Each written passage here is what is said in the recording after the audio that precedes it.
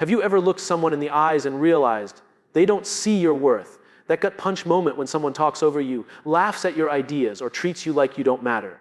It's not just disrespect. It's a mirror that reflects their insecurity, not your inadequacy. But here's the real question: what do you do when people don't respect you? Do you fight back, stay silent, or do you rise above it in a way that commands respect without demanding it? Let's start with something most people get wrong. Respect is not something you ask for, it's something you inspire. The moment you chase it, you lose it. The moment you embody it, you attract it. And that's the first truth most of us never learn until we've been disrespected enough times to finally stop trying to prove our value. You see, disrespect doesn't define you, it reveals them. The loudest voice in the room is usually the weakest one. The person who mocks others is often running from their own failures. When you understand that, something shifts. You stop taking it personally. You stop letting their tone dictate your worth. You start leading from a place of calm confidence and quiet strength. But that doesn't mean you become passive, no? It means you become strategic. It means you learn to respond, not react. Because reacting feeds their ego, but responding demonstrates mastery. That's the difference between being respected and being controlled. Here's the truth: people who disrespect others are testing boundaries. They want to see what they can get away with. And every time you let it slide without clarity, you teach them how to treat you. Respect isn't built in grand gestures. It's built in moments of courage. When you calmly say, "That's not okay." When you hold eye contact instead of backing down. When you walk away from circles that make you feel small, not because you're weak, but because you've outgrown their energy. In this journey, you'll face rejection, misunderstanding, even loneliness. But don't confuse loneliness with loss. Sometimes losing people who never respected you is the first step to finding peace within yourself. And that's where real respect begins, not in their approval, but in your alignment. The hardest lesson you'll ever learn is that not everyone who smiles at you respects you. Some people clap when you fail because it makes them feel taller. Some people ignore your ideas not because they're bad, but because they didn't think of them first. And if you spend your life trying to win their approval, you'll trade your peace for their permission. When I first started my career, I thought respect was earned by pleasing people, by saying yes, by working harder, by proving myself over and over again. But here's what I discovered. People don't respect perfection, they respect authenticity. The moment you stop pretending to be what they want, they're forced to see who you truly are. And that's when things start to shift. Respect grows in the soil of self-respect. You can't expect someone else to treat you better than you treat yourself. So ask yourself, how do you speak to you? What do you tolerate from others because you're afraid to be alone? How many times have you laughed at an insult just to keep the peace? That's not peace, that's quiet suffering. Every time you let someone cross a boundary, you whisper to yourself that your comfort doesn't matter. And over time, your spirit starts to believe it. But the moment you draw that line, the moment you say, "No, this isn't acceptable," something powerful happens. You stop needing their validation. You start building your own respect from within. Here's the paradox: people who truly respect you will never make you earn it through pain. They'll give it freely because they see your value as non-negotiable. And those who don't, you'll start noticing how small their opinions become once you stop chasing them. So the next time someone dismisses you, interrupts you, or treats you like you're less, don't raise your voice. Raise your standard. Speak calmly, act decisively, and let silence do the heavy lifting. Silence makes insecure people uncomfortable because it forces them to face themselves. And remember, being disrespected is not a sign that you're weak. It's a sign that you're in an environment that can no longer hold your growth. Some people will only respect you once you walk away. And by then, you'll realize you never needed their respect in the first place. Here's a truth most people don't want to face: people treat you the way you allow them to. Respect isn't stolen, it's surrendered, slowly, quietly, in the moments you don't speak up. Every time you say, "It's fine," when it isn't, every time you minimize your hurt to keep the peace, every time you shrink so someone else can shine, you're teaching them who you are willing to be. I remember a young professional who once told me, "They talk over me in every meeting. I don't know how to make them stop." I asked her, "Why do you let them?" She paused, then said, "Because I don't want to seem rude." That's the trap, confusing assertiveness with arrogance. Respecting yourself sometimes means disappointing others. It means daring to be seen as too much rather than being ignored as not enough. Here's something powerful: boundaries aren't walls, they're doors. They don't keep people out, they show people how to come in. When you clearly communicate what's acceptable, you give others a choice to step up or step out. And either way, you win. Let's be honest, disrespect hurts. It cuts deep because it touches that part of us that wants to belong. But belonging built on disrespect isn't belonging, it's bondage. The people who truly deserve a seat at your table will never make you beg for one. The moment you stop defending your value, people start to notice it. There's a quiet power in not explaining yourself. When someone tries to belittle you, smile. Not the fake smile that hides pain, but the real one that says, "I see who you are, and it's not my job to fix it." That's emotional maturity, not needing to win every battle, because you've already won the war inside yourself, the war of needing to be liked. The war of seeking approval, the The war of believing you have to earn basic respect. Disrespect loses its power the moment you realize it can't touch your worth. It can bruise your ego, but not your identity. So the next time someone underestimates you, don't argue. Let your consistency prove what your words no longer need to explain. Because people may doubt what you say, but they'll always believe what you do. Think about the last time someone disrespected you. Maybe it was a boss who dismissed your idea. Maybe it was a friend who made a joke at your expense. Maybe it was family, and that one hurts the most because we expect them to see us. The truth is, the people closest to us often test our boundaries the hardest. And if we're not careful, we end up teaching them that our feelings don't matter as much as keeping the peace. So let me ask you something uncomfortable. What if the reason they keep disrespecting you is because you've made it easy? Not because you're weak, but because you're kind, because you value harmony more than honesty, because you think silence will earn you safety. But silence never earns respect. It only protects the disrespectful. One of the greatest lessons in leadership and in life is that how you allow people to treat you teaches them how to treat others. When you tolerate disrespect, you normalize it, not just for yourself, but for everyone watching. And yes, people are always watching. I remember a team I once worked with. One person constantly interrupted others. Loud, opinionated, always needed the last word. Everyone rolled their eyes behind his back, but no one ever said anything. Until one day someone finally did, calmly, directly. No anger, no sarcasm, just truth. I feel unheard when you interrupt me. The room went quiet. That moment changed the culture. Not because it was dramatic, but because it was honest. That's what respect looks like in action. Honesty without hostility, courage without cruelty. The willingness to speak up, not to win, but to grow. We often think respect is built in grand moments, applause, recognition, authority. It's not. Respect is built in quiet choices, in the tone you use when you disagree, in the restraint you show when provoked, in the way you hold your ground when someone tests your patience. And here's the paradox: the more you respect yourself, the less you need to prove anything. You don't chase validation.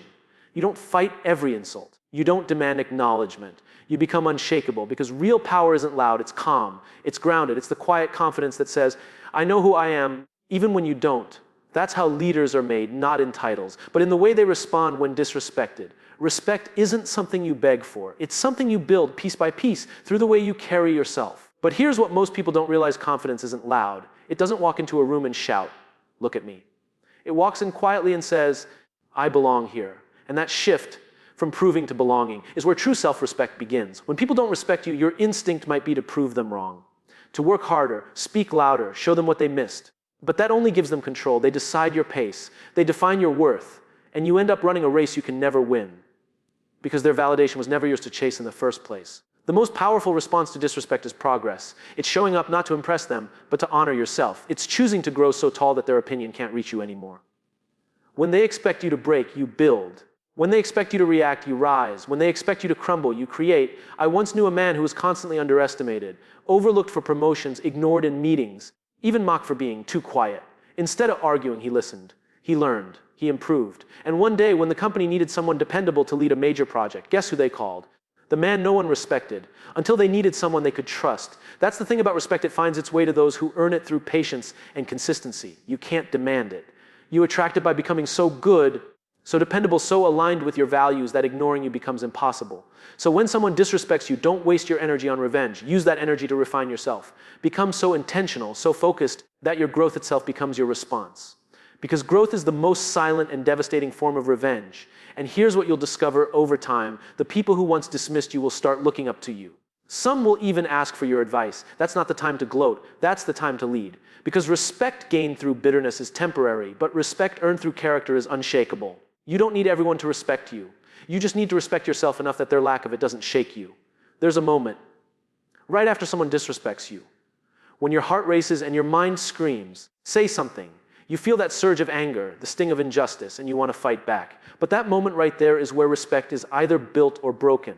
Because anyone can react, only the strong know how to respond. Emotional intelligence isn't about staying quiet or pretending you're unaffected. It's about mastering your emotions so completely that no one else can control them. When you respond calmly to disrespect, you don't look weak, you look powerful. Because you're showing that their behavior can't shake your center. Let me tell you something most people never learn: disrespect is a test of emotional control. The person who tries to provoke you isn't always after your failure. Sometimes they're after your peace. They want to see if they can make you lose yourself.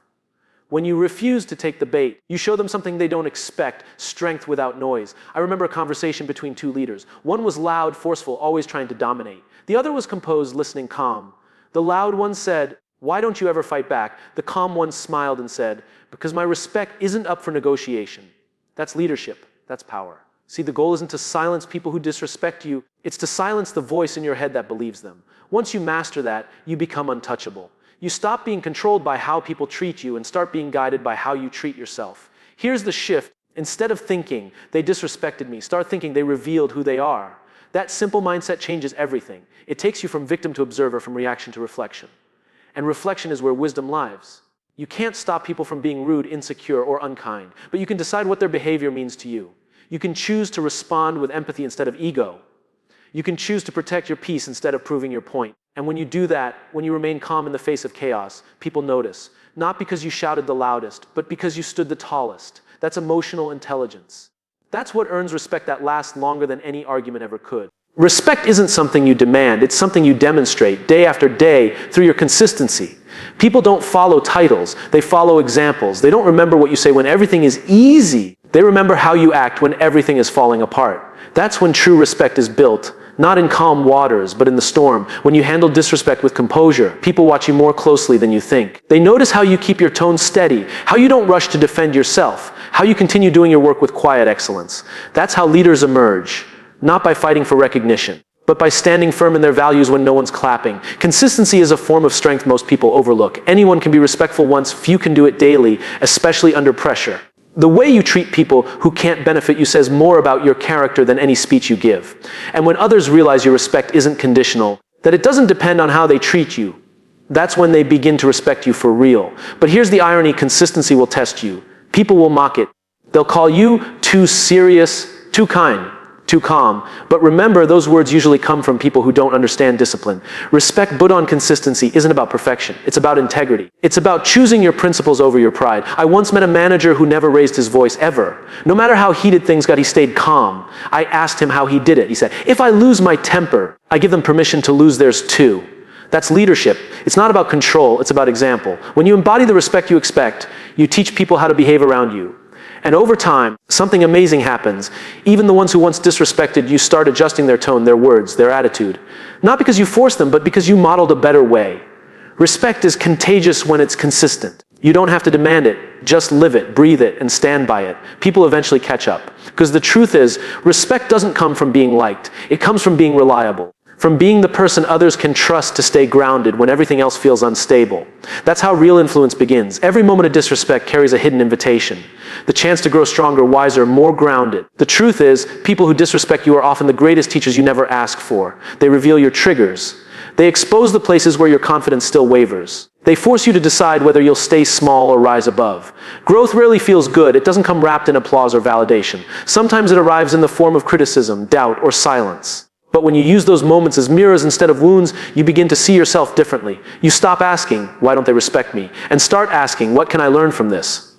That shift transforms pain into power. There was a young designer I once met, talented, creative, full of ideas. Her boss constantly belittled her, taking credit for her work, questioning her decisions. Instead of quitting immediately, she decided to learn everything she could, not from his disrespect, but from his weakness. She watched how he led with fear, and she promised herself she'd never lead that way.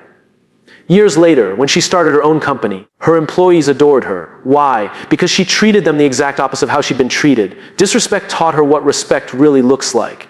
That's the secret. Disrespect can refine your character if you let it. It can teach you empathy, humility, resilience. You learn to see people's actions as reflections of their own insecurities, not your worth. You start responding with wisdom instead of wounds. And in that transformation, you discover that your peace isn't dependent on their behavior. It's protected by your boundaries. But let's be honest, it takes courage to grow this way. It's easier to stay angry, to blame, to resent. But every time you choose growth over bitterness, you reclaim your power. You remind yourself that you are in control of your story, no matter how others treat you. So the next time someone disrespects you, pause and ask yourself, what is this teaching me? Maybe it's patience. Maybe it's self-control. Maybe it's that you've outgrown this environment. Whatever it is, use it. Don't waste the pain. Turn it into progress. Because one day, you'll look back and realize, the moments that hurt the most were the ones that made you unbreakable.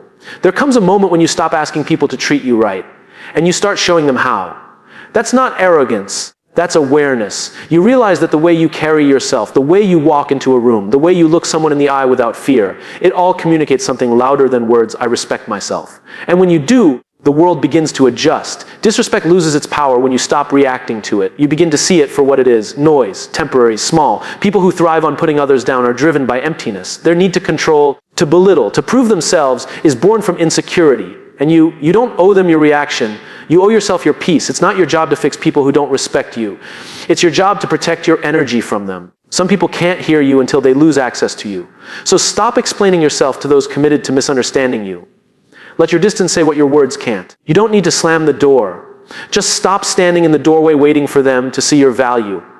Walk to move on. The right people will notice your absence. The wrong ones won't even understand what they lost. Both outcomes set you free. Here's something few understand: commanding respect isn't about domination. It's about alignment. It's about living in such truth and integrity that people feel your energy before you speak. It's not loud, it's not dramatic, it's powerful because it's authentic. Think about it. The calmest person in the room often has the most authority. Why? Because calmness signals control, confidence, presence. When you stay composed in the face of disrespect, you communicate a message far stronger than anger ever could. You cannot pull me into your chaos. You begin to lead by example, not explanation. You teach through your poise. You inspire through your patience. And soon the same people who underestimated you begin to adjust their tone, not because you demanded it, but because your energy requires it. That's the moment you realize you've stopped reacting and started leading. You've stopped chasing and started choosing. You no longer need to prove your worth to anyone, because those who truly see you will never ask you to. So here's the truth. Respect isn't about how others see you. It's about how you choose to see yourself when they don't. You can spend your whole life trying to earn the approval of people who will never give it, or you can decide right here, right now, that your value isn't negotiable, that it never depended on them, that it was always within you. There will always be people who misunderstand your calm as weakness, your kindness as naivety, your silence as surrender. Let them, because your life isn't a courtroom. You're not here to prove your worth to a jury of small minds. You're here to live with purpose, integrity, and peace. The most powerful people aren't the loudest. They're the most centered. They don't waste energy convincing others to respect them. They live in a way that makes disrespect look foolish. That's what real confidence is: quiet, steady, and deeply grounded. So when disrespect comes, and don't see it as an insult. See it as information. It tells you who's ready to meet you at your level and who's not. It helps you refine your circle, clarify your standards, and reinforce your boundaries. Every encounter becomes either a lesson or a reminder, but never a loss. And when you finally stop chasing respect, something extraordinary happens. You attract it. Not because you begged for it, but because you embodied it. You start walking differently, talking differently. You make decisions that honor your peace instead of your pride. And people notice. Not because you demanded attention, but because your presence commands it. So here's my challenge to you: stop fighting for people to see your worth. Start living like you already know it. Respect isn't something you wait to receive. It's something you radiate. It begins with how you treat yourself, how you talk to yourself, how you show up when no one's watching. Because when you live with integrity, when you walk in purpose, when you protect your peace, the right people will recognize it, the wrong people will remove themselves, and you'll finally be free. Not respected by everyone, but respected by the only person who truly matters in the end.